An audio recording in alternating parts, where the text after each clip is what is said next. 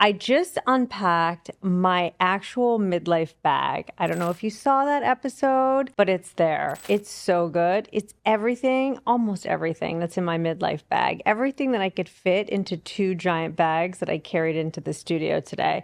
But right now, I am going to unpack my emotional baggage. Welcome back to the Flexible Neurotic podcast. I'm Dr. Sarah Milken, the Flexible Neurotic. Today, I'm getting comfortable in my track pants, my sparkly shoes, all my sparkles, and you probably can't see this, but my bracelet says, fuck. I think Teen Daughter bought this for me a few months ago. I don't know. But right now, I am going to unpack my emotional baggage. Let me tell you what's been going on lately. Teen Son, who I affectionately call Teen Son on my Instagram, if you follow my Instagram, just turned 20 on August 2nd. He's out of the teen years. We made it to 2-0. I even got him the ice cream birthday cake from Baskin Robbins. Actually, this year it was from Carvel because the traffic was so bad to Baskin Robbins. I was like, not fucking doing that. So got the Carvel cake instead. And it actually wasn't as good as the Baskin Robbins, but we'll leave that for another time. But I want to get into half empty nest. As some of you might know, I have two kids. My son is 20. I call him Teen Son, but now he has a new name. It's College Son. He's just started his second year of college, so we've retired the Teen Son name. Teen Daughter remains Teen Daughter. She's a senior in high school. And you know what comes with that? Having a teenage daughter. It's a good time. Let me fucking tell you. I've already gotten 47,000 texts of all the things that I'm supposed to be doing for her and all the things that she should be doing. Anyway, so back to Teen Son and half empty nest. I call it half empty nest because I still have one kid at home. Last year, I was quasi disastrous with Teen Son, College Son being the first kid who left the house. You guys saw me crying on Instagram. You saw me having like some mentee bees. I'm not gonna lie. It was pretty consequential. And I know there are some people out there who are like, no, oh my God, it's amazing. And now I get to travel with my husband. I'm not that person. I adore my husband, but I also adore my fucking kids when they're being nice. My daughter right now, because she's 17, is more on my shit list because she lives with me and I have to kind of manage that on a daily basis. Teen Son, College Son, whatever you want to call him, he's on a shit list for different reasons because he doesn't text me back. Texting with him is like texting a boyfriend who doesn't text you back. It's pretty hard, I'm not going to lie. So last year, I talked about my year of last with Teen Son in high school. It was like his last baseball game, the last time I would bring a pair of forgotten baseball pants to school. Everything was the last prom, like everything felt so final. The good part about it though is that I was really present in it. Maybe because I was documenting it on Instagram, maybe because I was talking about it with you guys on my podcast. There's a bunch of episodes you can go back to on that. And I really wanted to be in the moment and capture all of these lasts in that trajectory. And part of the way I did that was with my phone. I know it sounds crazy, but I screenshot a lot of things. I took photos of a lot of things so that when the year was done, I could look back on it and be like, oh my God, that was like the last birthday cake. That was the last prom. That was the last sports thing, whatever it was. And even though it feels bittersweet and sad, it's like you have this whole like photo library of that entire year. So although it does seem sad, it just felt so comforting knowing that I kind of had this like mini library that was all my own. I didn't even have to share it with my husband or anyone else. It was like my personal library of like everything that happened that year. My husband does say that I'm the queen of storage problems on my phone. I max out the storage every 5 minutes. And he's like, what's wrong with you? You don't need to screenshot everything. Why don't you go back and like delete multiple photos? I'm like, why the fuck would I spend time deleting photos? Like, no, thank you. So there's no deleting happening. We just get more storage. That's how it works. Anyway, going back to College Son. So He went to college on the East Coast. It was like the whole thing. We packed up all the shit. We vacuum sealed everything. We sent it all there, then took tons of shit with us. And I have to say, like, I thought I was going to be a basket case, and I was remotely well put together considering it was my first kid. I think because I had been sort of really living it and really sharing it and really documenting it the whole year, it didn't quite feel as bad when I got to that moment. And the classic teen son move was we were supposed to say goodbye to him the next morning, like at the end of our little trip to college move-in. And we get a text that says, I need to go to a party.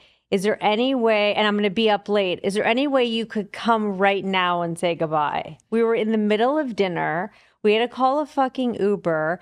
And he's like, and I don't want you to come into my dorm room because I don't want to cry and I need to make this quick. And my husband and I were like, wait, what? It was like he literally pulled the rug out from under us. But in hindsight, it was kind of fucking smart on his part because he cut the drama tremendously. It was like crying on the curb in Philadelphia for 5 seconds in front of a dorm building, big hugs, embrace, parents get back in the Uber, college son walks away with his roommate, and it's over. And then and like teen son, Instagram husband, as I affectionately call him because he hates Instagram. We went back to the hotel. I shed a few tears. Next morning, I was good. Okay. Cut to right now. He was home for half the summer. He did summer school.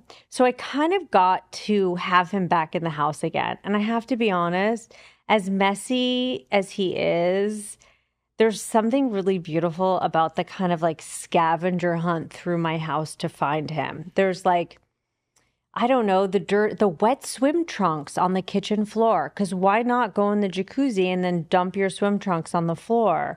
Then there's like remnants of steak that he ate at breakfast. There's a piece of steak that's hanging out of the microwave. There's a protein shake that's like halfway in the blender and halfway in the sink. And as annoying as all of those little things were, they were actually beautiful in their own way too. Because I was like, oh my God, he's back at my house. We have our like energy back. We have our like family rhythm. And of course his friends came every single night and it was a whole thing. Literally doorbell. They all are on Snapchat, like where you can see each other on maps. As soon as Jake's plane like hits the ground, within 20 minutes, there are 10 boys showing up at my house. And we finally come to terms with the fact that I don't open fucking the front door anymore. He and his friends have to open the front door for each other. So one kid texts another kid, because my husband and I were literally opening the door every 5 seconds. Then once they get in the house, it's everybody has an individual Postmates order. So then the doorbell's fucking ringing for 10 different people. And I'm like, leave it at the door. I retired from that job too. So as much as I miss him and his friends, I'm a little bit happy that I'm over doorbell duty. I'm over Postmates doorbell duty and all the things. I will say though, it hit a little bit hard when he left. It was like, the bags are packed. I'm ready to go. And oh my God. And this time it was even harder in a weird way because I wasn't going. He had already moved into his place during summer school. And I had sent everything from Amazon and he had done a lot of the moving himself of like dragging all the shit out of the dorm room and all that stuff. So it was kind of weird sending him off like on a plane and not being a part of the move-in. It was kind of weird. And I had like serious FOMO. My friends were going back to college with their kids and like going to IKEA and Target and CVS. And I was like, am I doing something wrong? Like, should I be in Philadelphia? And he's like, Mom, if you fucking come, I'm not even going to see you. I have like all this stuff to do for my fraternity and like I have to get my shit together. Like, basically, he's not babysitting me. Of course, all my friends thought that I was going to get on the plane anyway, but I really, really didn't want to be hanging out in Philadelphia, like wet and sweaty with bad hair for no reason and by myself. So I didn't go, but it was hard. So you know what I did? I sent 7 million more Amazon things. So I just got a text from him on the WhatsApp group family chat. And it's literally an entire cart, like one of those rolling hotel carts of all the Amazon packages. And his quote on the bottom was, "I didn't buy one of these." And I was like, "Jake, what do you mean? You don't want a fucking plant, like a live plant for the air quality in your apartment? You don't want steak knives? You don't want an air filter for your bedroom? You don't want a bathroom trash can?"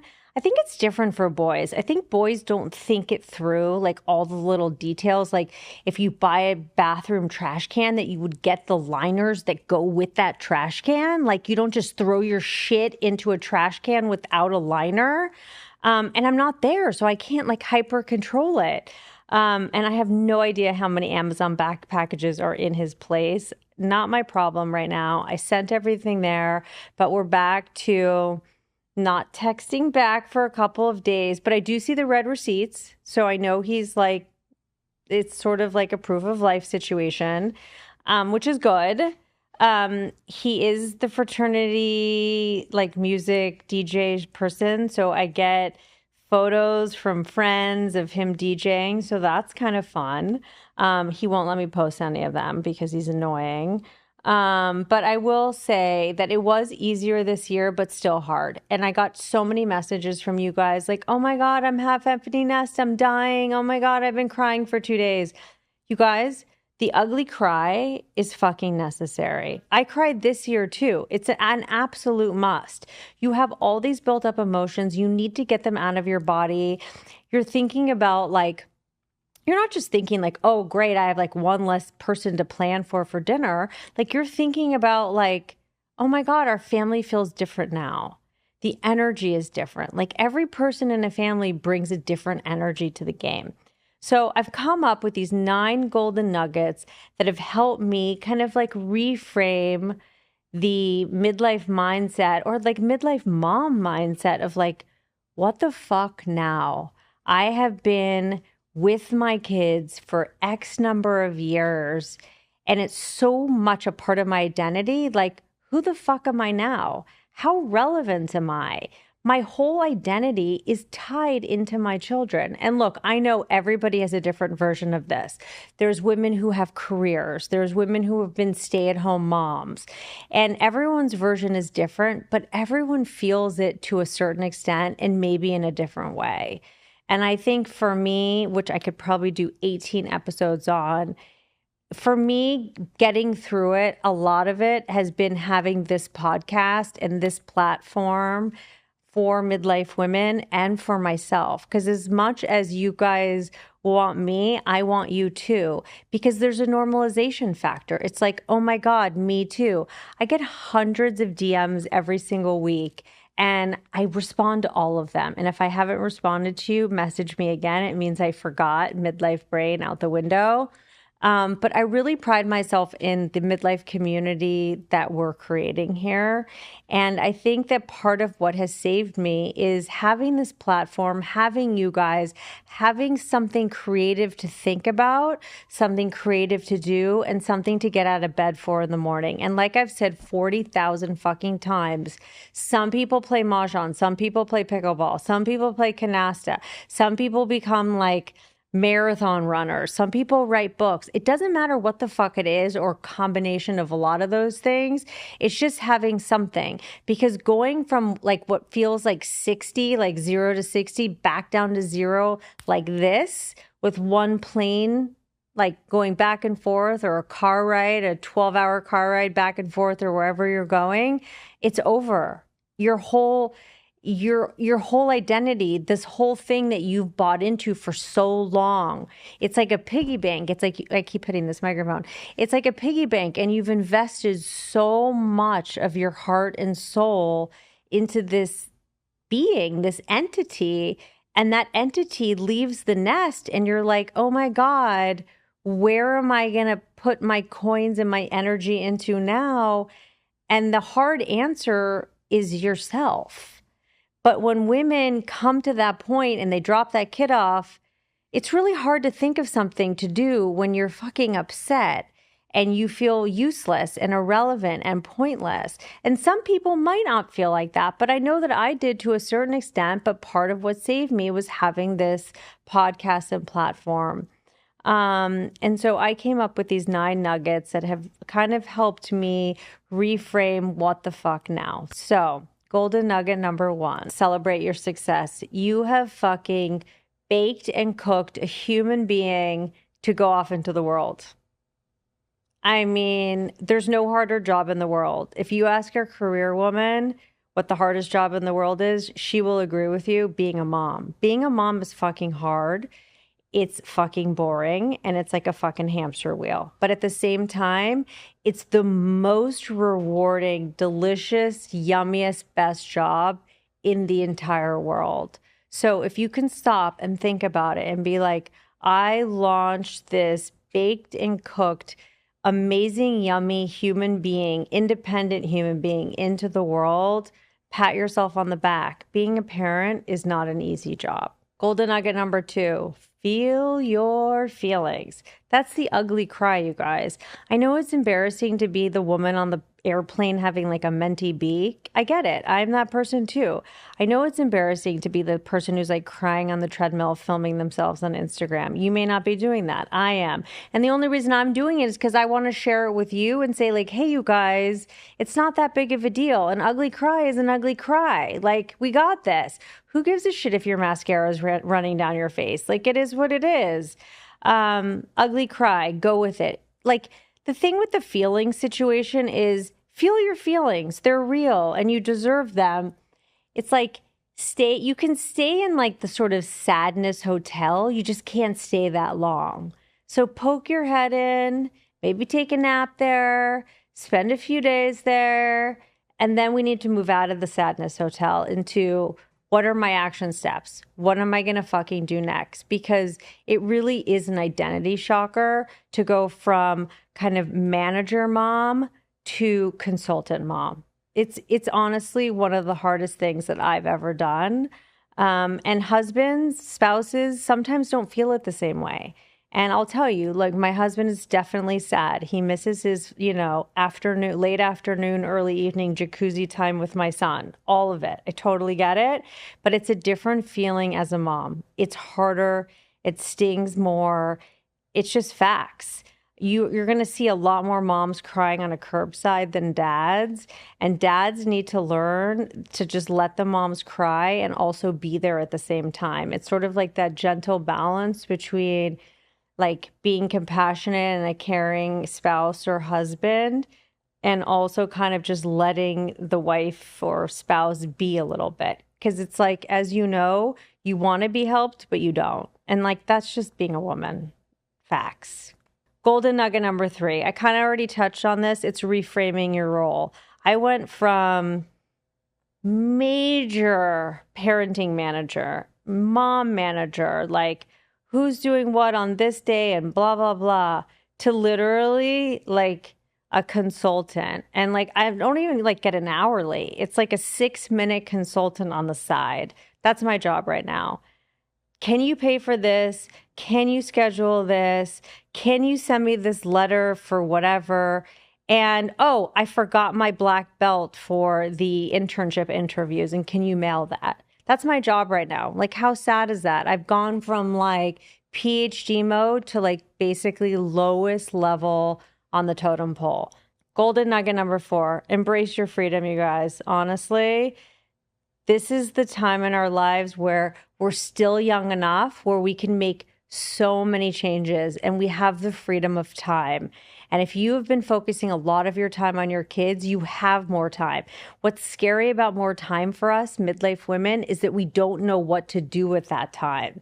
It's like we used to have sort of this like structure of our kids put on us, like an imposed structure. Now that structure is gone. So it's like, and if you don't have a job, you wake up in the morning and you're like, oh, like, I don't have to make sure that somebody has a water bottle, and I don't have to wonder where the baseball uniform is. And that structure has just completely vanished. And now you're sort of like on your own. You're like, okay, do I get up and like do the dumb and necessary weights? Do I take a walk outside? Do I meet a friend for lunch? Do I start writing a proposal for a book? Like, what is it? Like, what are your things that have been like in the back of your mind of what's next for you? Golden nugget number 5, the invisible string. Okay, this is how I describe the invisible string. It's either Life 360, just kidding, but you really have to think about how you as a mom have this invisible string that connects you to your kid forever, no matter where that kid is. And so every time that Jake would leave, like if it was like a fall break or a Thanksgiving, I would really remind myself, you know how like there's that kid's book, The Invisible String? And I would remind myself that I had this string that was like attached from my heart to his heart. And wherever he went, we were still together. It's a really hard thing to embrace, going from having someone in person in your home to suddenly not there anymore. And I'm not going to lie, there were so many times where I walked into his room and I was like, oh my God, he's not here. Or I'm like, Jake, go, he's not here. And it's a weird feeling. So I just kind of go back to this idea of the invisible string between a mom and a kid. Golden nugget number 6, trust the process. Oh my God, that is so hard for me. I'm a fucking control freak. I'm a neurotic. I'm not into manifestation woo-woo, even though I've gotten much better since I started this podcast because I interview so many women and experts in the midlife woo-woo space that I'm really trying to embrace that.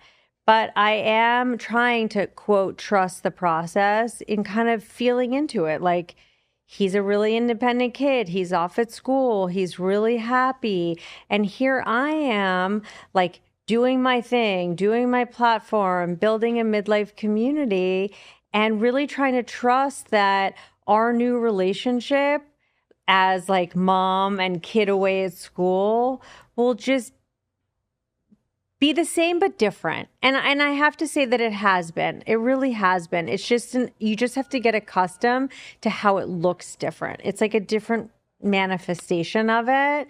And I'm really just trying to lean in and be like, I got this. I got this. Golden nugget number 7. Maintaining and nurturing your relationship with your spouse or significant other. You guys, I've known my husband since 9th grade. We've been together for 27 years, okay? You have to figure out a way to maintain the relationship, kindle the fucking fire. I don't even know. And as your libido and your estrogen tank and you now have more time with your spouse, you're like, holy fuck. But guess what? It's super important. And for us, my husband has like 10,000 fucking hobbies. He like has a full-time job. He plays piano like a crazy person. He plays golf like a crazy person. He can, you know, what do you call it? Program TV equipment. So like you walk into my house and you're like nighttime scene and then like the nighttime lights come on. Like that's how his brain works. And I'm like, I'll just sit here and scroll Instagram, honestly. So we don't have a lot of hobbies that we do together. That's something that we're definitely going to need to work on soon. But it's only been a year since the first kid left the nest. But when the second kid leaves next year, it's going to be fucking full on. Or I'm going to have to be bathing in testosterone or something because something's going to have to shift. And there's no way he's going to want me playing golf with him. And there's no way anyone would want to watch me play golf. The outfits might be cute, but there's no way I could fucking play golf. But we do a date lunch and a date night every week, no matter what. Like it's usually on Fridays, the date lunch. And if we can't make it, if one of us can't make it, we typically reschedule it for another day. Because having that time with your spouse without like phones ringing and doorbells and Postmates and FedEx, it's really important.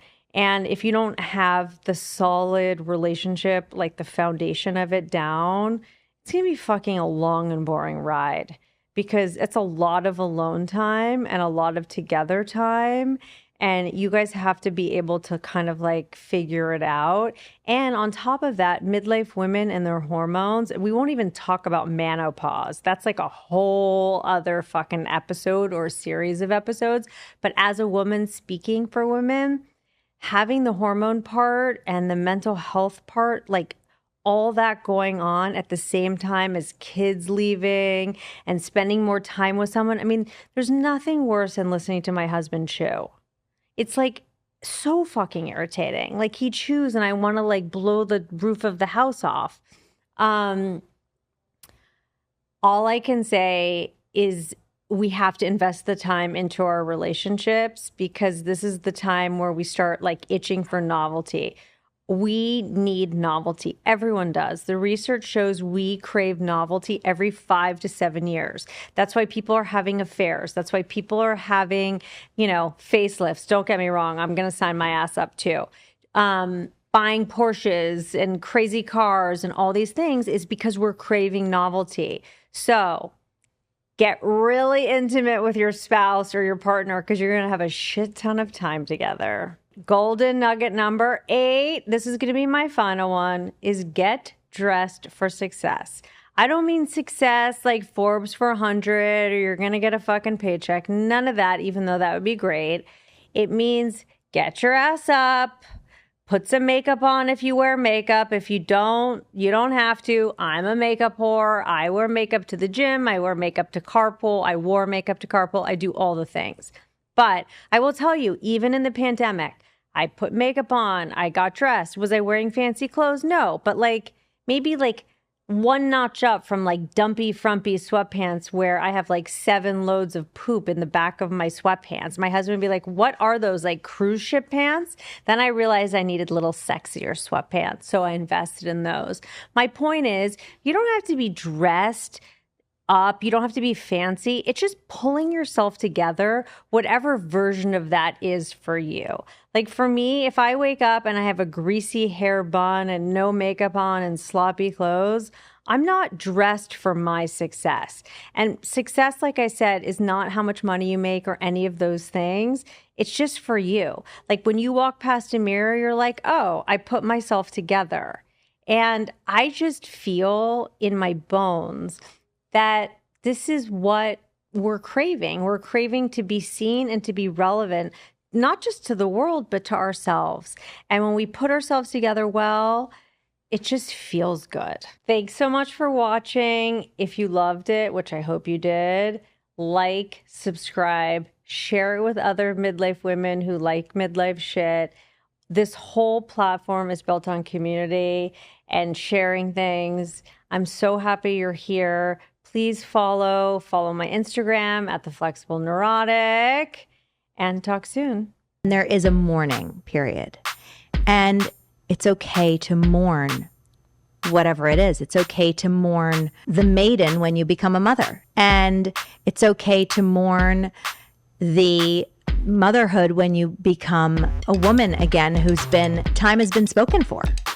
And to have your own time. It's okay to mourn that there was an exterior structure to your day.